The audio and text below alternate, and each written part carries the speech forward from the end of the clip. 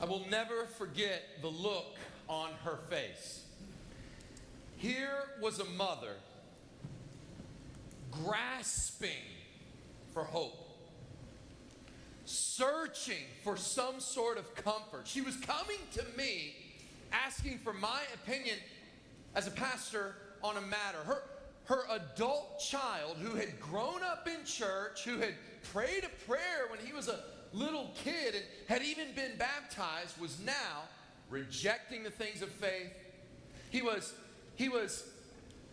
living a life that was completely contrary to what he was raised in, and gave no indication that he cared about the things of God or God at all. And here, desperate for her prodigal child, this son that was living this lifestyle opposed to all the things of God, she's looking at me going, I know he doesn't have any indication that he's a believer. I know he even rejects the things of God. But he prayed a prayer when he was a kid, so he's good to go, right?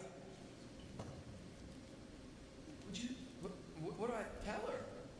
What would you tell her?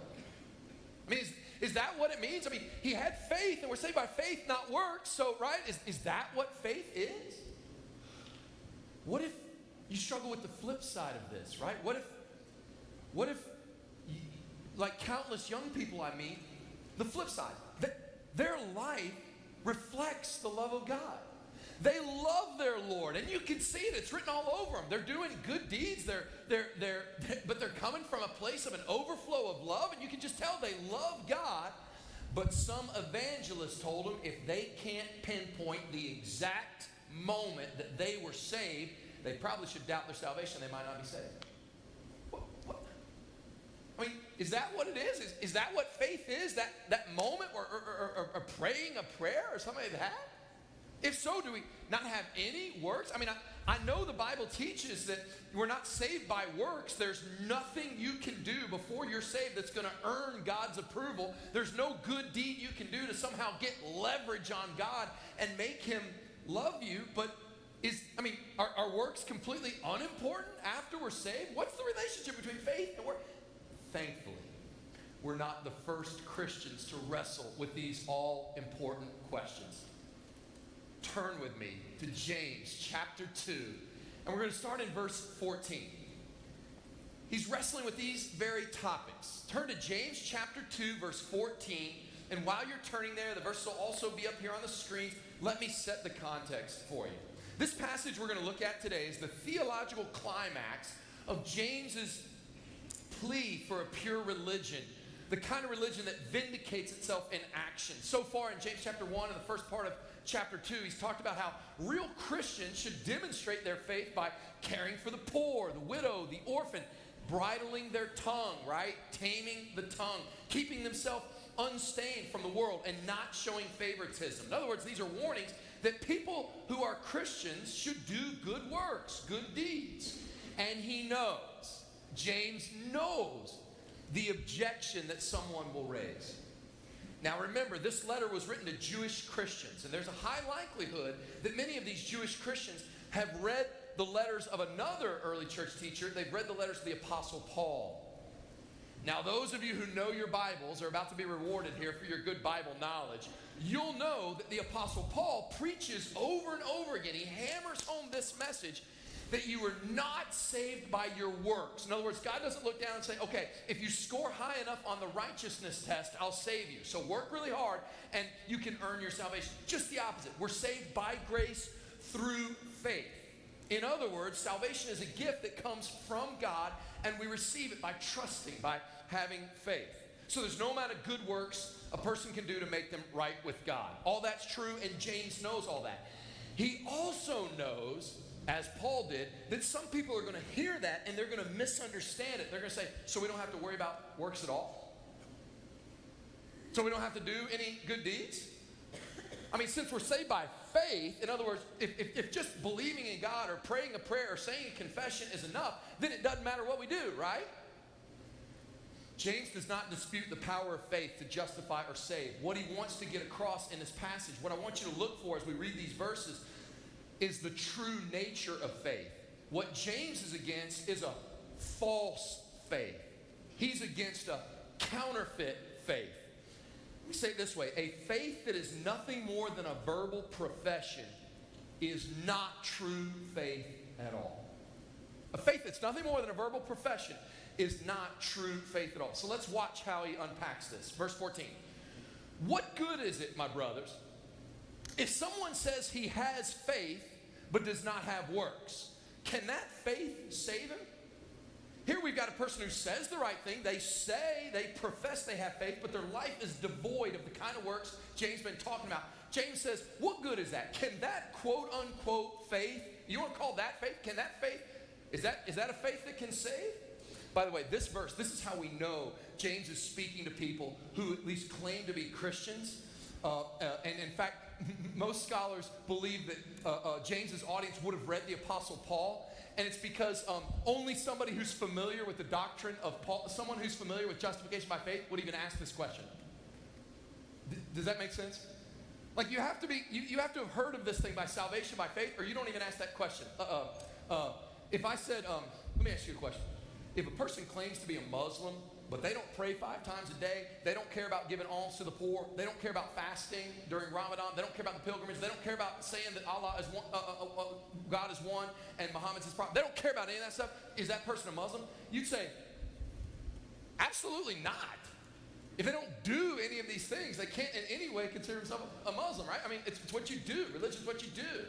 Or if I said, if someone claims to be an Orthodox Jew, but they don't care about the 10 Commandments at all, is that person an Orthodox Jew? You'd say, what are you talking about? No, what you do is your religion.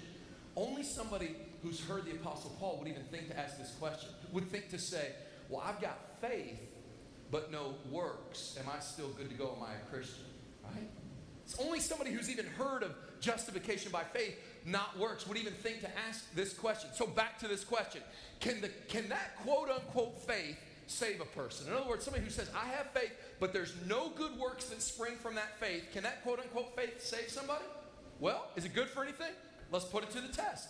Verse 15, hypothetically, if a brother or sister is poorly clothed and lacking in daily food, and one of you says to them, go in peace, be warm and filled, without giving them the things needed for the body, what good is that?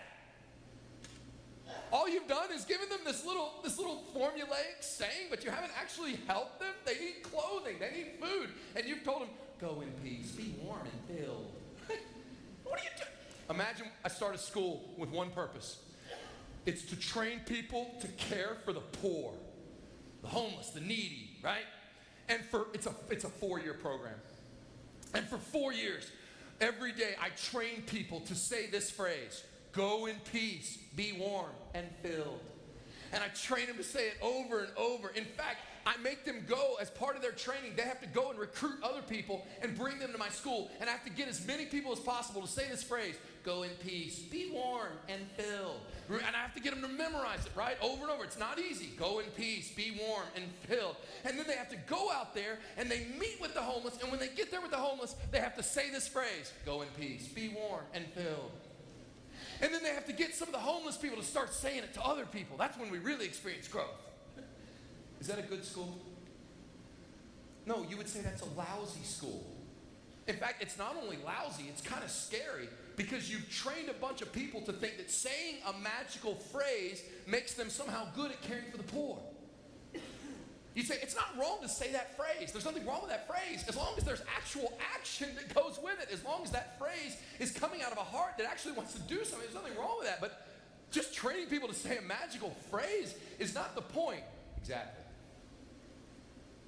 Are we not dangerously close as this church, I don't mean this church, I mean the church of 2019, capital C church across America, went through about a 40 or 50 year phase, a fad, where we told people that if you'll repeat these words, if you'll pray this sinner's prayer, you'll be good to go. Is it wrong to pray a prayer? Is it wrong to say those words? Absolutely not.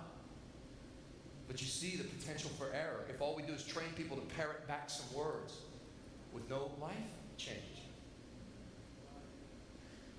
Why is Chick-fil-A so popular? Come on, the Jesus chicken, right? Why? Is it not when you go to Chick-fil-A, and I don't know if there's any Chick-fil-A employees here, I don't know, but like at least for me, is it not, when you go to Chick-fil-A, it's the customer service, man. It's so impressive how they get you through the line, and you got the app, and you got the whole, and half of them are in your youth group, right? It's glorious. And when you go through there, you feel so well taken care of. Here's what I love about Chick-fil-A. When they do something for you, and you say thank you, they don't say you're welcome. What? Oh, yo, you know this one. All right, say it. 1, 2, 3. What do they say? Go, be warm and well fed. No, I'm just kidding. Hey, yeah. No, they say, it's my pleasure. Isn't that cool? It's my pleasure. As in, I'm not just serving you because I'm getting paid. It's not just about the paycheck. But there is a corporate culture here of service. It's my pleasure to serve you, right? It's glorious. I love it. It's great. It's my pleasure to serve you. Oh, 60 Polynesian sauces? Sure. Like, you need that here. It's my pleasure. Imagine this, like, Twilight Zone Chick-fil-A. I had this nightmare last week where you go to a Chick-fil-A and everywhere they're all saying, it's my pleasure, but they're not actually serving you. So you like go up, I need a refill, I go up and I'm like, hey, can I get a refill on this drink? And they're like, absolutely, it is my pleasure. Oh, my bad, I forgot, I got to remove the lid and the straw, my bad, I got you here. Now may I get the refill? Oh, it is my pleasure. Am I missing something, bro? Like, I'm hearing you say it's your pleasure, but can you please give me a refill? It is my pleasure. Would somebody get the manager? It's my pleasure. You're not doing anything. I don't just want to hear, it is my pleasure. I want that sweet nectar of lemonade right here in this cup, right? Go, bring me the diabetes. Bring it. I don't want to hear it is my pleasure. I want to hear, does that make sense? Listen, it doesn't mean these words are wrong. It doesn't mean that saying, it is my pleasure, it's wrong. But training someone to say, I believe in God, or training somebody just to pray a prayer with no heart change. The Bible says, yes, confess with your mouth that Jesus is Lord, but believe in your heart God raised him from the dead. It's not wrong. But to train somebody to say, hey, I believe in God, and telling you that makes you okay, that doesn't make you okay. If your salvation is just, well, I prayed a certain prayer, then you were saved by that work. Then that's the work that saved you. That's not the gospel. That's sorcery. That's teaching people that a magical incantation, a certain amount of words, and that's part of the reason people doubt their salvation so much. All of their salvation, instead of being dependent on what it's supposed to be dependent on, the absolute power of God to reach down and to save your soul, we put our salvation dependent on, did I know enough? Did I pray the right prayer? Did I know the right words? Did I know the exact time? Well, no wonder you're nervous and anxious if your salvation depends on what you did. What if you left out a comma? What if you said the wrong words? These words are not wrong, but James would say, listen, if you think that justification is just parroting back some words or saying some empty profession, your words are telling me one thing, it's my pleasure, but you're not actually doing anything. That's not a half a faith or a limited faith. James would say, that's dead. Look at verse 17. So also faith by itself, if it doesn't have works, it's dead. This is it. I've been like waiting for this verse since we started the series. This is why I called the sermon series Faithbedience. Not faith and obedience, not faith versus works, Faithbedience. For James, these things go together. You cannot separate. Why do we talk about faith? Like somehow faith is over here and works is over here. Now, what is the relation of faith to works? Faith and works? Faith versus works? Faith before works? James would say, what are you talking about? Faith works. Faithbedience. Your works are just your faith gone public. That's all your works are. You tell me what you believe by what you do. You tell me what your priorities are by where you spend your time, where you spend your money. I can tell what you believe. It's on display. For 2,000 years, I was picking on the modern church, but it's not a modern problem. James was obviously dealing with it 2 millennia ago. For 2,000 years, people have tried in various ways to separate faith and works. And you can't, look at verse 18.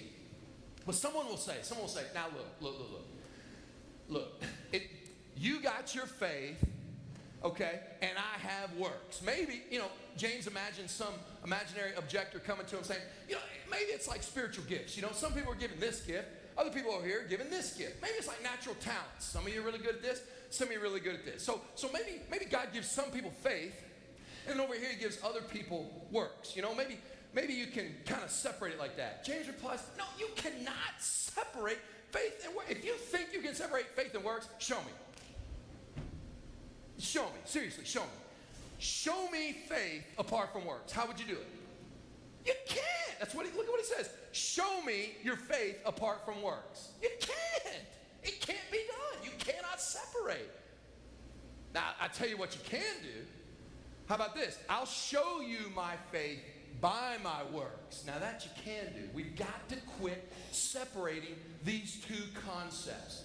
You say, but aren't we saved by faith alone? That is a great phrase, often misunderstood. Of course we are. We'll talk about it. But even one of the reformers, Martin Luther himself, he's credited with this great quote. Whether he said it or Melanchthon, he would have agreed with it. This great quote. Yeah, of course. Listen to me. We are saved by faith alone. But true faith is never alone. Let me retweet that. This is the point of the whole sermon. We are saved by faith alone, but true faith is never alone. Do you like college football? I mean, you don't like it too much. You're here. You made it here this morning, so it was a late game. All right. If I said to you, hey, do you love college football? I love college football, Tom. I love football. And I said, really? Well, what do you like most, the foot or the ball? Excuse me? Yes, I'm interested. Do you say you like football. Which do you prefer, the foot or the ball? In other words, do you like the foot, the athleticism, the running around and the tackling and the blocking and all the catching and all that athleticism? Or do you like the ball, the way it spirals through the air and kicks through the field goal? Which do you prefer, the foot or the ball? You say, Brother Tom, I know you didn't grow up here. But I don't believe you can separate the concepts of foot and ball, okay? They go together, right? You understand? Like, it's a package deal. Your question doesn't make sense. Exactly. And if we asked James which he was more concerned about, faith or works, he would say, I don't think you understand faithbedience. I don't really think you understand true, genuine faith. One of my favorite ministers I've ever gotten to work with was a guy who invited me to speak to his students at a camp. And he had a great name. He's from East Tennessee. And his name is Bo Dunkel. Bo Dunkel. Bo Dunkel has the kind of name that you can't help but say both his first and last name together. Because why would you miss a chance to say Bo Dunkel? So, hey, Bo Dunkel, everywhere. In fact, he played college football, and his coach, on the third year of him playing football, asked him, hey, let me ask you something, Bo Dunkel. Yeah, what's your first name? He literally thought his last name was Bo Dunkel. He thought it was like George Bo Dunkel, because he was like, it's Bo. None of this matters. The point is, I love this guy, and he invites me to this camp, and it is in the middle of nowhere, the mountains of East Tennessee, and we're there, and I'm isolated. I'm like thinking, how, if I hear banjo music, like, how do I get, okay. And he asked me, he said, well, Brother Tom, what are you going to preach on to these students? And I said, these were older students and some college kids. And I said, well, on such and such a night, I'm going to actually preach on discipleship, on following Jesus. He said, oh, that's going to be good. I said, yeah, I hope so. I'm going to try to make the point that following Jesus is much more than just saying you know some facts about Jesus. And it's much more than just, I prayed a little prayer when I was at VBS, and now, I have no further obligation to God. I like check the faith box, and now I guess I should do the works, but as long as I do that one work called faith, and then, just claiming to be a Christian, it's about actually following Jesus. And he leans in, he says, oh man, that's going to be good. Some of these students, boy, that's going to be good. What you're talking about, man, I tell you, some of these students got demon faith. Is it, excuse me, Bo Dunkel? I said, yeah, man, demon faith. They got demon faith out there. That's going to convict them. He said, Brother Tom, you don't know what demon faith is? Oh, no, Bo Dunkel, I'm not familiar with the occult. Told to avoid all that. He said, Tom, man, you don't know your Bible. James chapter 2, verse 19. These kids got demon faith. Of all the commentary I've ever heard on, you believe that God is one, James says? Oh, you have good theology? You have sound doctrine? Yeah? You believe God is one? You do well. That's good. Good for you. Even the demons believe that. In fact, they do more. At least they shudder. At least they have fear. I have always remembered Boduncle's comment as the finest commentary on the book of James. New Testament scholar about this verse, Douglas Moo, calls it bogus faith. J. Alec Motyer calls it spurious faith. But Boduncle outshines them all. He gets right to the heart of the matter. He says people who got nothing more to their faith than just saying they're a Christian, or I prayed a prayer long ago, they got nothing more than demon faith. Now, this is obviously a very frightening thing. Think about it. This to me is his harshest and yet simplest critique of Christianity, quote unquote Christianity without obedience, being a disciple without discipleship. He says, you think you know a lot about God? Well, your parents were a Christian, your spouse is a Christian, you think you'll be saved because you know a lot about Jesus? What? Even the demons believe in God. There are some people's faith, he's saying, who is every bit as good as, you ready for this? The demons in hell. In fact, he goes further. Some of the demons are at least have some action associated. They shudder. Satan, in other words, is a monotheist. Right here in this verse, we see what it's possible to have and still not have saving faith. I read a sermon this week that was preached on this text, this very text. It was preached in September of 1752 by Jonathan Edwards. Do you know what the name of the sermon was? Close. True Grace Distinguished from the Experience of Devils. They don't make sermon titles like they used to. Success to a happy man. No. Edwards looks at this verse and then says, and I'm paraphrasing, he says, look and see here two things that demons have that are perfectly fine, perfectly good, perfectly wonderful. But I want you to see you can have them and still just be a demon. Nothing wrong with these things, but it doesn't mean you're any more than a demon. What are those two things? The first, sound doctrine. You believe God is good. That's good. So do the demons. Edwards goes on to point out something I'd never thought about.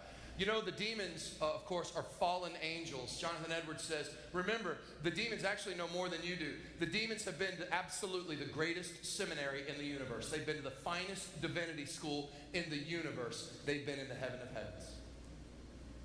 They've been in the throne room of God. As fallen angels, they know more. They've seen God's ways. They've seen his providence. They've seen his holiness. They've seen his justice. They've seen his acts of love and mercy. They can quote more scripture than you. They know, head knowledge, know more doctrine. They know more accurate doctrine about God than the greatest saint who ever lived. And there's nothing wrong with that. Get all the knowledge you can. Get all the accuracy you can. Get sound doctrine. That's good. But you have to realize that having all that doesn't necessarily qualify you to be anything more than a demon. You can be a demon and have all that. He goes on, the second thing, sound doctrine. The second thing gets scarier. They believe that and what? And they shudder. You see that? They don't just believe all this about God. They respect the power of God. They fear God. They respect the greatness of God. They're terrified. They're scared of God. They know what he can do. And there's nothing wrong with that. You can have sound doctrine. You can tremble at the thought that there is a God, that he's serious. You know, I better be moral. God's out to get me, you know. Okay. This is dead faith. If you're still thinking, James would say, if you're still thinking that there's, all you have to do is pray a magical prayer or repeat a line, and that's what gets you in heaven, unconnected with the rest of your life, you're being foolish. You're being unwise. And so in the next verse, James is trying to wake that person up with harsh language. Look at verse 20. Do you want to be shown? Do I still have to give you another example? You foolish person, that faith apart from works is useless. He gives two final examples. As an example, first, he takes the father of faith, Abraham. If ever there was someone who was justified by faith alone, it was Abraham. James knew his audience would know the story of the hero of faith. God comes to Abraham to test him. Abraham, yes, Lord, I want you to take your... Now remember, this is after he'd been justified by faith. Chapters later, right? In 15, Abraham believed the Lord, and it was credited to him as righteousness. 7 chapters later, in 22, God says, take your son, your only son, Isaac, whom you love. Go up this mountain and sacrifice him there to me. And Abraham does it. He does it. He went. Look at verse 21. Was not Abraham our father? Of anybody who was justified by faith, was not Abraham our father justified by works when he offered up his son Isaac on the altar? His faith was demonstrated by his works. Look at verse 22. You see that faith was active along with his works. And faith was completed by his works. What's he saying here? He's saying Abraham was not being that Twilight Zone Chick-fil-A employee. When God said, Abraham, do you believe me? Yes, Lord. Do you trust me? Yes, Lord. I'm justified by faith. Take your son, your only son, who you love, up that mountain and sacrifice him there to me. It is my pleasure. But I'm not actually going to go. Do you believe I can do it? It is my pleasure. Yes, Lord. Justified by faith. Huh? No, you'd say it's when he took those steps, when he went up that mountain, right? It's faithbedience. It's because he believed the Lord, he took that step of faith. Faith was active along with his works, and faith was completed by his works. Verse 23, and the scripture was fulfilled that says, Abraham believed God, and it was counted to him as righteousness. Don't miss this. In Genesis 15 is that verse. Abraham believed God, it was counted to him righteousness. In chapter 22, that verse was like fulfilled. It's like his works vindicated that. They justified that faith. And he was called a friend of God. And that's why James can write in verse 24, you see that a person is justified by works and not by faith alone. This is genius. This is obviously the inspiration of the Holy Spirit. You see what James is doing. James knew Paul, right? James knew Paul's doctrine of faith alone. And he knew exactly what Paul meant by justification. And he agreed with Paul 100%. But he also knew that some people were twisting faith alone into something Paul didn't mean. And so he uses the same words as Paul, but uses them to guard against an opposite error. Let me see if I can explain. My kids went through this phase where they love to do this little thing where they'll take something I know they really like and say they don't like it. It's a rhetorical device James is using here to get our attention. So, for example, I'll say, would you like a bowl of ice cream after supper? Let's say it's a night where Jackie's not home. I'll say, would you like a bowl of ice cream? And they'll say, well, Daddy, I don't like ice cream. I'm used to it now, and it's just this like funny ritual we do, but it used to catch me off guard, right? I would say, do you want the ice cream? And they would say, well, I don't like ice cream. And I would say, huh? You don't like ice cream? Wait for it. And they got their timing to where it's perfect. And they would say, yeah, I don't like ice cream. I love it! It was glorious, and the jazz hands and the whole. So you see what they're doing. They are using the exact same rhetorical device as the apostle, as James did. They're using the word like, which is usually meant to oppose dislike. The opposite of dislike is like, right? So I don't like ice cream means 99% of the time that means you dislike it. But they were using it the 1% of the time. They were saying I don't like it, and they were using like as the opposite of love, as opposed to like as the opposite of dislike. I don't know how they come about this treachery. It's original sin. It's natural. But here's the thing. They were using this rhetorical device.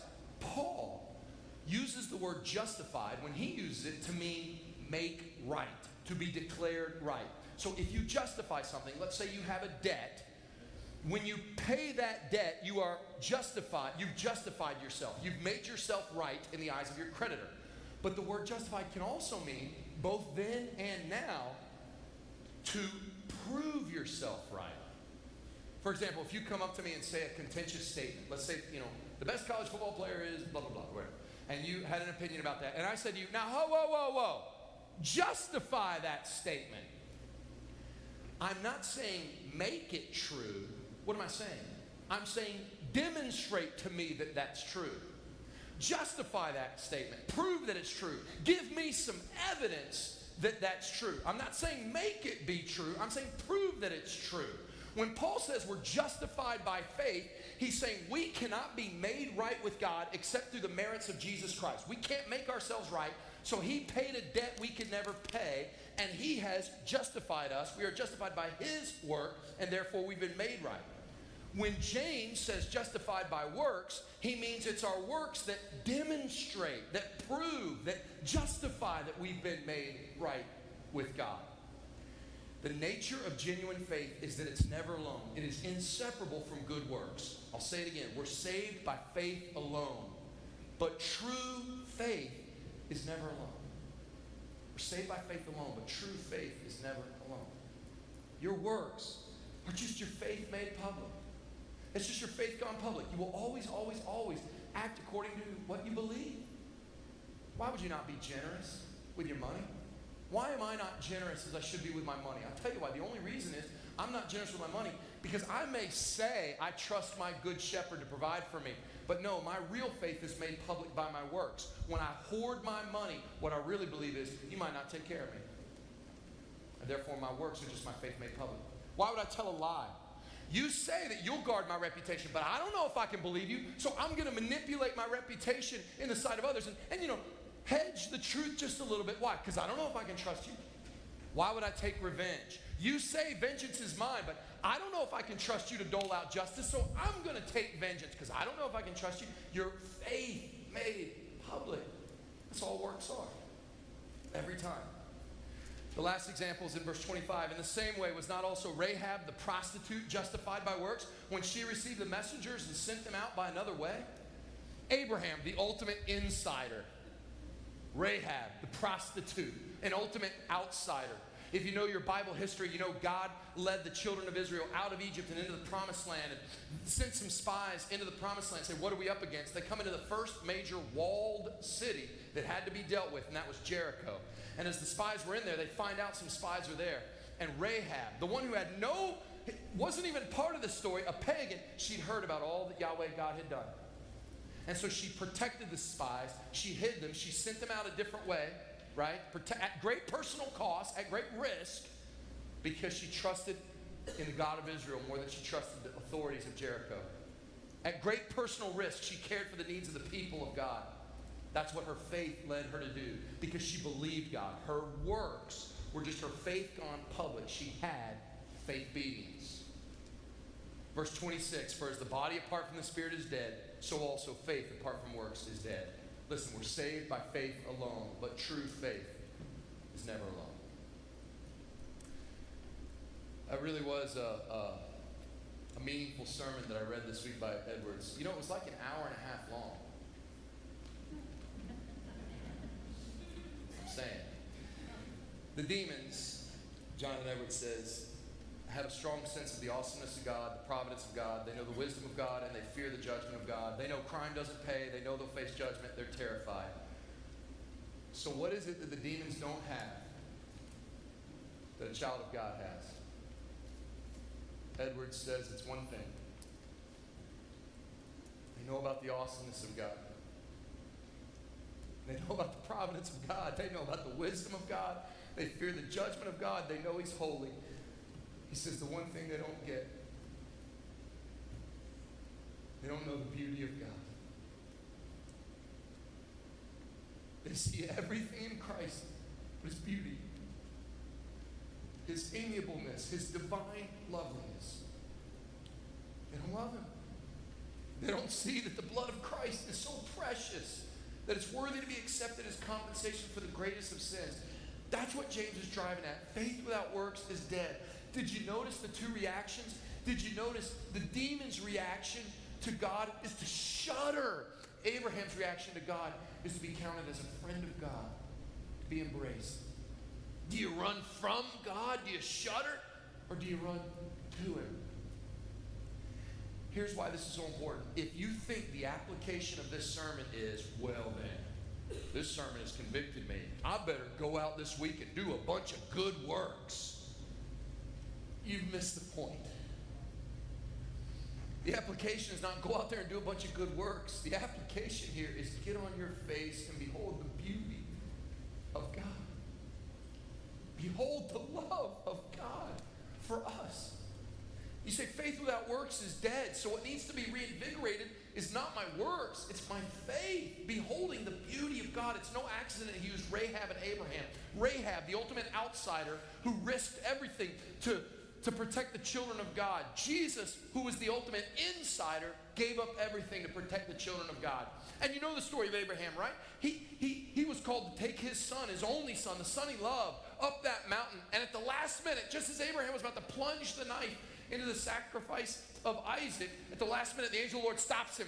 Now I know you trust me. You don't withhold anything. Not your only son. What's the point? Because only the greatest act of love would be to give up your only son. And you know the story. God so loved the world that he gave his only begotten son, the son he loved. And when Jesus walked up that mountain, there was no last minute stay of execution. There was no angel who said, stop, don't do it. He loved us all the way to the cross.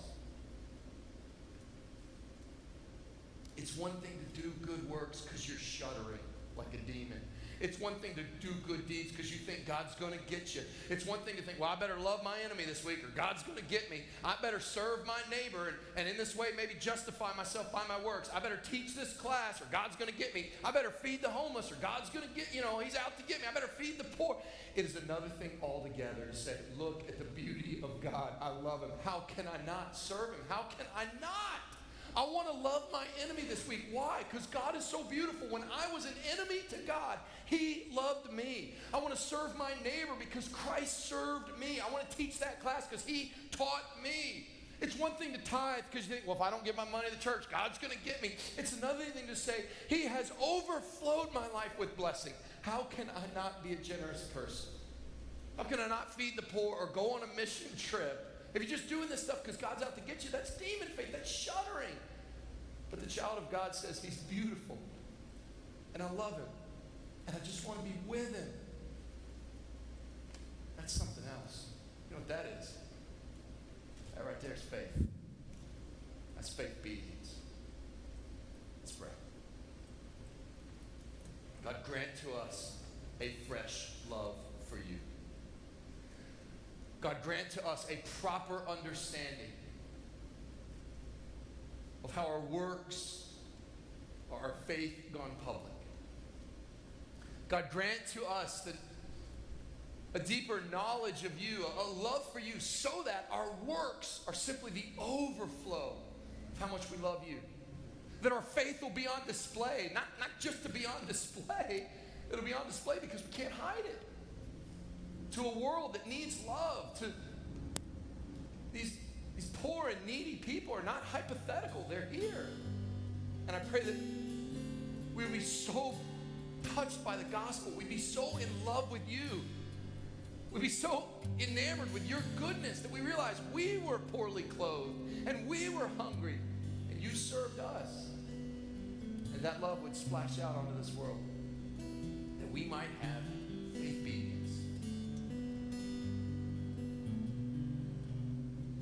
God, I pray for anyone who has a loved one who maybe they made a meaningless profession long ago and they're on a dangerous road. I pray that this message or someone will carry this message to them, that your word would touch them before it's too late.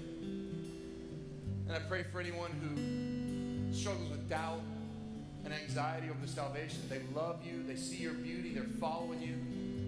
But they were told by maybe some well-intentioned person that unless they did the right ritual or unless they said the right words or unless they knew the exact moment that they're somehow not saved, I pray today they would rest in knowing salvation depends on you, not on us. May you grant fresh courage and encouragement and assurance to those who need it. I pray you would convict. And don't even allow them to sleep tonight. If they're in a conviction and they know they need to be saved, let that be today, God. Thank you for your word. It's a double-edged sword. It's living and active. Grant to us a fresh vision of your beauty and your worth, your majesty, that we would live these lives of love. In Jesus' name we pray.